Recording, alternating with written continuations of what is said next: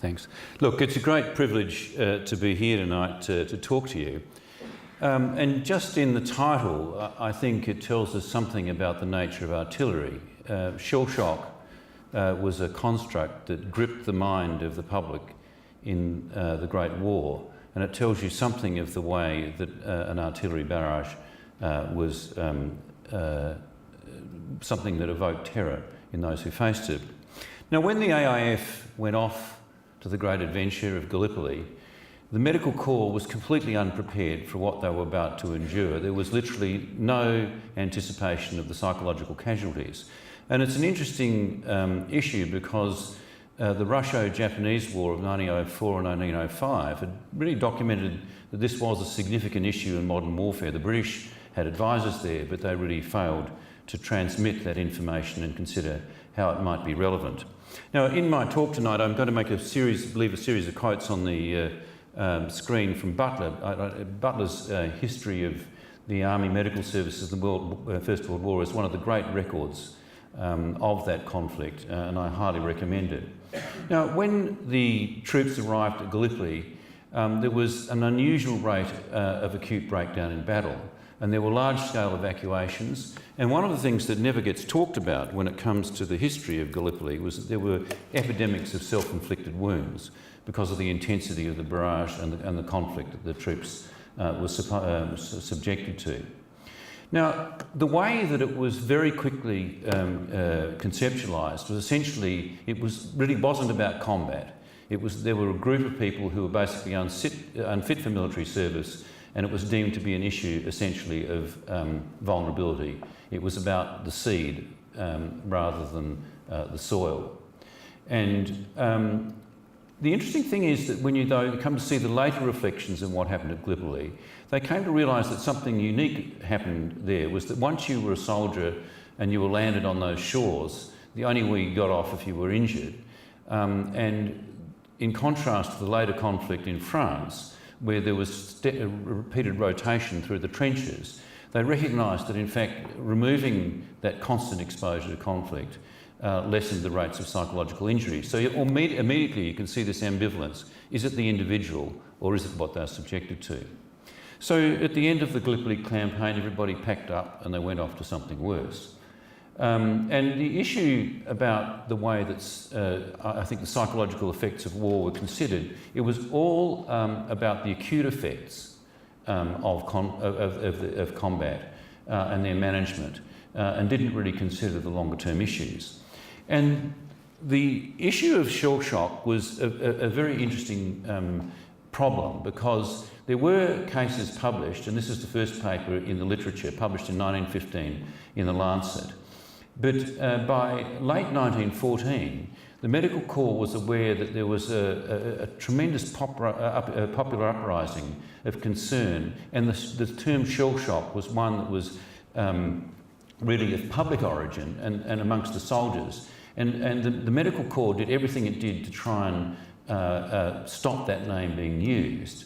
And essentially what the view was that the reason why soldiers were breaking down was because of an issue of suggestion. So in other words, if you suggested to people they might become unwell, they would become unwell, and that was deemed to be what was going on. There was not any acceptance of this notion that in fact the intensity of modern warfare was intolerable to the human mind, and people were unable to endure this. So when the Australians arrived, the, I guess, terrible initiation for them was at Pozières, where in the brief period of that battle, more people were injured and killed than the whole of the Gallipoli campaign. There were 23,000 casualties. And here you begin to see the whole idea falling into the literature that in fact it was the intensity of constant bombardment that people were unable to tolerate. And there were circumstances where soldiers and officers who had fought with considerable distinction and bravery were seen just simply not to be able to sustain their sanity in the face of these terrible conflagrations. A fortnight ago, I happened to be in Canberra with my wife. I was attending a meeting at DVA and went to have a look at the renovated exhibition in the memorial. And I just happened to hear a guide talking about this diorama of the Battle of Pozières. And this is a scene of 4 survivors of the 48th Battalion, 2 companies of 33 personnel, of whom only 10 were able to recover the bodies, the rest were buried. But the real tragedy of this story is that it shows it's not just the horror of the acute tension and fear that these people suffered. The sergeant, who is the standing figure in this diorama, became a sergeant at Duntroon after his return to Australia, but in 1930 shot himself. So it tells you about the long-term cost. So the critical question which the medical fraternity was struggling with was this whole issue of industrialised warfare and violence, something that was beyond mere human endurance. Or was this really like any other war, where the soldiers who break down had basically failed the ordeal of combat that their comrades had survived? Now, one of the things that actually became an issue of interest in the aftermath of the war was actually the effect of bombardment. During the war, the great campaigns and the infantry assaults from a psychological perspective were what were deemed to be the real challenges to people. But in the aftermath, it came to be accepted that, and you see the various figures, obviously 70% of the casualties were as a consequence of artillery barrages. But it was the issue of people being immobilised. And I think one of the things that the medical fraternity had underestimated during the war is that, and I think we know this, is that if people can act and do something in the face of fear, it is far less destructive to the mind. And W.H.R. Rivers, who many of you may know for other reasons, did a very interesting study in an War Office report in 1922, showing that the acute breakdown was a consequence of the immobility of the battle lines and the consequence of artillery barrage. And I think that's one of the things that's always worth thinking about in terms of the tactical advantage of artillery. It is not just a weapon that kills and destroys. It's something that's also destroys the human soul, because people are seemingly unable to act against its intensity. In the middle of the war, there was a considerable debate around the treatment, and really there was a real battle between the neurologists who believed this was an organic disorder and the psychiatry community that really never got resolved. And basically Butler summarised it that basically the medical officers were left to work out their own salvation. That's the way he summarises it. So it's like there wasn't any sort of developed coherent treatment initiatives in this setting. Now, I'd like to just move to a consideration about the battle at Ypres and Passchendaele. My grandfather was in the 3rd Australian Field Artillery Barrage, and I recently, 2014, went there. And the only thing my family were ever told about his experience there was that he hated mud and mules. And he was on the gun supply lines. And I'm not sure how many of you have been to Ypres, but that is the building that is the town hall, and there it is as it was in 2016, which gives you something of an idea of the intensity of the barrage. Now, it's now the museum, and in that building they've got a wonderful set of exhibits of the different shells that were used. And what's important in that photograph is the chemical warfare shells, because I think it's another issue that we often don't talk about in terms of the psychological consequences of the First World War. That I think we really underestimate about the psychological consequences of chemical warfare because of its unseen nature and the tactical surprise. I mean, I guess we all know about Monash's success at Hamel was because he fired smoke shells and made the Germans think they were under gas attack. So it was often exploited, it was obviously a strategy where chemical shells would be put with high explosives, and you can imagine the disorientation for people of really being very uncertain about what was the risk that they were facing. And the interesting thing when you actually look at the statistics, remarkably few cases that were treated as gas attack victims actually had the classical signs.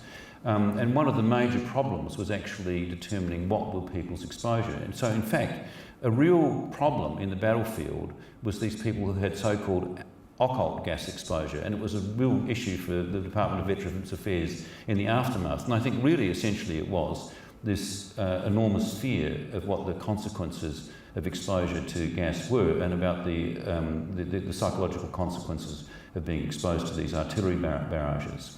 Now this is a graph that shows the rates of psychological casualties in the different stages of the battle at Ypres and in 1918. And what it shows how the rates of casualties were much higher when the battlefield was relatively static. As the battlefield became much more fluid in 1918, the rates of battlefield casualties dropped dramatically. The other thing you'll notice on this slide at the bottom, it's got the acronym MYDN. It's not yet diagnosed.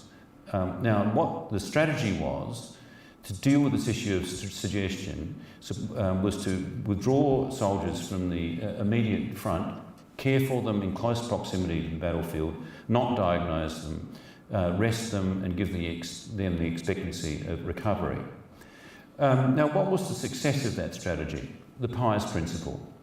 An interesting paper was published in 2006 where Edgar Jones, who's a British medical historian, looked at the records of one of these units and was actually able to show that really the effectiveness of this intervention was overstated. Only 20% of the soldiers who were managed in these acute units actually returned to combat units. I mean, a lot of the soldiers were able to return to support roles, but it certainly wasn't the panacea that was suggested to be at the time. And I think one of the other issues that it's very interesting to think about in the First World War was really what was the role of the doctor. And this is a quote from the Ypres museum, and essentially it was really about thinking about getting that person back to the front and really not about the long-term consequences. And I think this really influenced the way that people thought about the psychological injuries of war. They saw them as acute reactions, and once the horror of the war was over, the problem would be solved. In the aftermath of the war, there was an attempt to really try and resolve a lot of these controversies, and it's very interesting reading. Lord Scarborough conducted an inquiry in 1922 that took evidence from many, many different groups, and essentially it came to the conclusion that Shellshock was not due to concussive blasts. It was really a functional psychogenic disorder, and it really discouraged any sort of neurobiological focus. Now, you know, one of the ironies, when you think about it, is one of the great discussions of the Middle East area of operations combat is the whole question about mild traumatic brain injury. You know, this problem hasn't gone away, and the issue was that they really didn't have the facility from a neuroradiological perspective to actually identify and study the neurological basis of what was going on. So what happened when the troops packed up and returned home to Australia? And what was the course of what happened to soldiers? Because the expectation was that everybody was going to recover and just get on with life. Well, an amazing figure is that in 1938, the pensions paid by the then Repatriation Department was 1/5 of the total Commonwealth expenditure. You imagine that. 1/5 of the, you know, we're talking about defence, education, health. 1/5. And there were over 250,000 Australians who were on some form of benefit from repat. Now, one of the really interesting issues and contentious matters that caused great conflict between the government and the veterans was that you could only get a pension if you could prove your illness either began during the conflict or in a 3-year period afterwards. Now, this assumed, again, you see that the critical issue was that these were all acute effects and there weren't long-term consequences. And one of the first really good longitudinal sort of statistical epidemiological studies was where a group of veterans who had fought on the Western Front were matched with comparable males in the Australian community who hadn't been deployed, and showed that there was a 13% greater mortality in those who fought on the Western Front. So, you know, the consequences of the exposure to this conflict was not just about people's state of mind, it was also about the impact on their physical health. And Butler surmised in his history, which was published in 1943, that 80% of the medical aftermath was due to the mental consequences of the war. And there were far more claims that were accepted in the period after the war due to psychological injury. One of the other interesting things that's really of considerable, I think, current sort of salience is that there was widespread public support about the war causing these soldiers these difficulties, whereas the medical fraternity really resisted the idea. And one of the other things that was fascinating is that if you lived in Victoria, you had 3 times the probability of getting a pension for psychological illness than you did if you were in New South Wales. So there was really a very fractured view about what was going on. Now, Albert Glass is a very famous American military psychiatrist who wrote the report on the Americans' involvement in the Second World War, and he published a fascinating summary of the literature in 1974, which you've got to remember is just at the tail end of the Vietnam War. And one of the things that he pointed out was that the medical fraternity really didn't develop its understanding of stress once the war had finished. They went back to the idea that people's early life experience was the critical determinant, which was really what the psychoanalytic model proposed, and completely failed to really learn the lessons. Now, when the Second World War came along, it actually took the medical fraternity a year to relearn the lessons. I mean, Carter and Spiegel are 2 very eminent American military psychiatrists, and in the book they wrote in 1947 pointed out how this was extraordinary capacity to actually forget the psychological lessons that had been learned in wartime. What obviously they did remember very quickly, however, when they went back and read everything, was the importance of having these frontline units, and the PIES principle is highlighted in this cartoon. But and I think the really lasting consequence of the Second World War, however, was that the importance of leadership and morale was seen to be critical to the rates of psychological casualties. Now, and I think the reason why that's relevant is because it removed the blame slightly from the individual to saying that leadership was an issue and those in command had some responsibility for what happened. However, as Glass points out, once the Second World War had finished, they went back to the same ignorance as they had after the First World War, and everybody forgot the same thing all over again. Then comes Vietnam. Obviously, there was Korea in the meantime. Now, this is a quote out of what Glass wrote. Now, he believed that there were very few psychological casualties as a consequence of the Vietnam War because they'd learnt these lessons about the importance of forward psychiatry. And so he made exactly the same mistake. There was no anticipation of this long-term consequence. They thought that if you had a year's rotation of service through the war zone and you had good acute services, you would have no problem. And that's what I think has really not been understood in the longer term. Now, there were 2 members of the US Senate, Senator Cranston and Senator Inouye, who took on the veterans system in the US in the mid-1980s, and they mandated the National Vietnam Veterans Readjustment Study. And because they had such suspicion of the Department of Veterans Affairs, that the people who ran this grant were not allowed to have any association with the veterans system at all. And this was a telling study. The data were reanalysed and published again in Science in 2006 because it showed that of the Vietnam cohort, 18.7% had war-related PTSD, and at the point the survey was done, which was in about 1989, actually it might be 1986, 9.1% currently had PTSD. That cohort was recently followed up again and shows the rates have further increased, with the lifetime rates gone up to 26.2%. And the estimate is that there are over 250,000 veterans in the US still suffering from PTSD. And the point that this makes is the importance of science and the importance of observation and the importance of epidemiology. And it's amazing how the bureaucracies have really required this sort of evidence to really shake them and make them change their views about what are the needs of service personnel, despite the community support. And it's fascinating about the conservatism of the medical profession.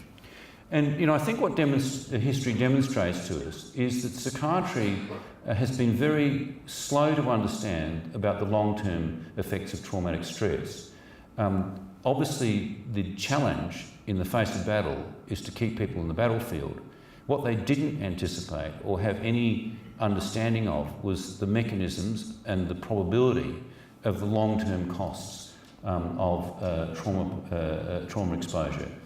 And one of the things that we now know is that there are significant disturbances of inflammation, of cellular immunity, about cardiovascular risk factors associated with PTSD, and probably it should be thought of as a systemic disorder, not really a disorder of the brain. I mean, there is a great deal of evidence now about the loss of neural tissue, for example, in PTSD.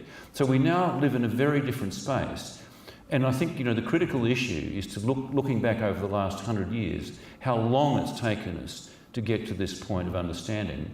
And the study that we are just at the present time talking to Defence and DVA about looking at the members who have been discharged from Defence since 2010, I think is really going to yet again remind us that going to war has a great human cost, and we need to spend a lot more time trying to understand it and do something about it.